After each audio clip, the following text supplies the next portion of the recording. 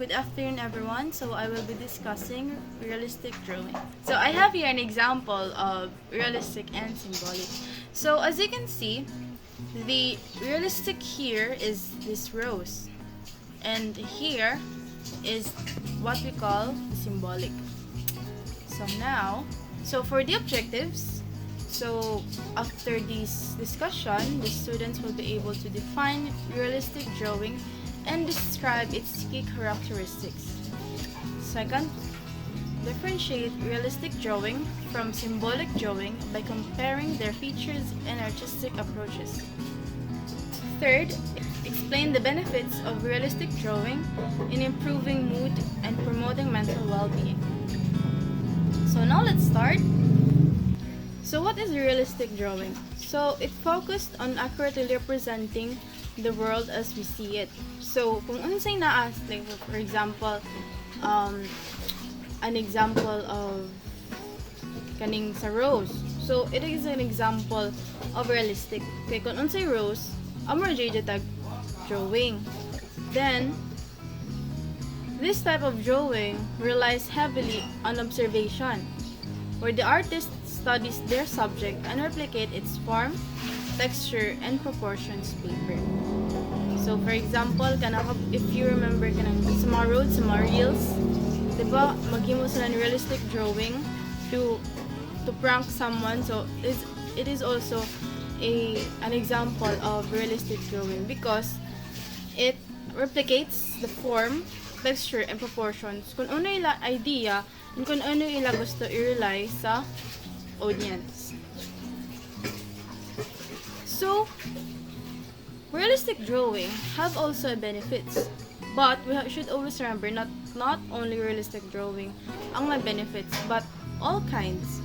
So first is boosts self-expression, so you're able to express your ideas or your feelings. So stress management, so if you're into arts, then using this realistic drawing or any forms of drawing, it manages your stress, maka-relieve, encourages personal growth.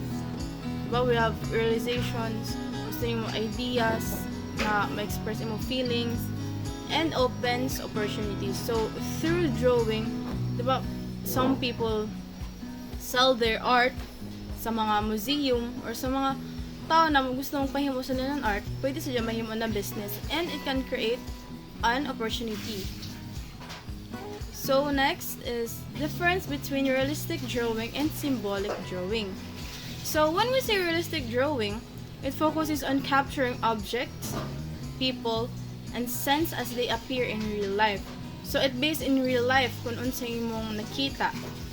And it requires careful observation and attention to detail. So every detail, bisan on, if for example, an texture is rough, so you should also use kanang or mag-create ka ng rough na texture kung unsay naa amo say mo kapihon. On the other hand, symbolic drawing, it represents objects, ideas, and concept using simplified or abstract forms, and it often use exaggeration. So sa symbolic is naadhan mo ideas, like for example, ang imo symbolic is corruption. So ang imo tagamit diha is ang crocodile. So amo siya nag-represent na corruption.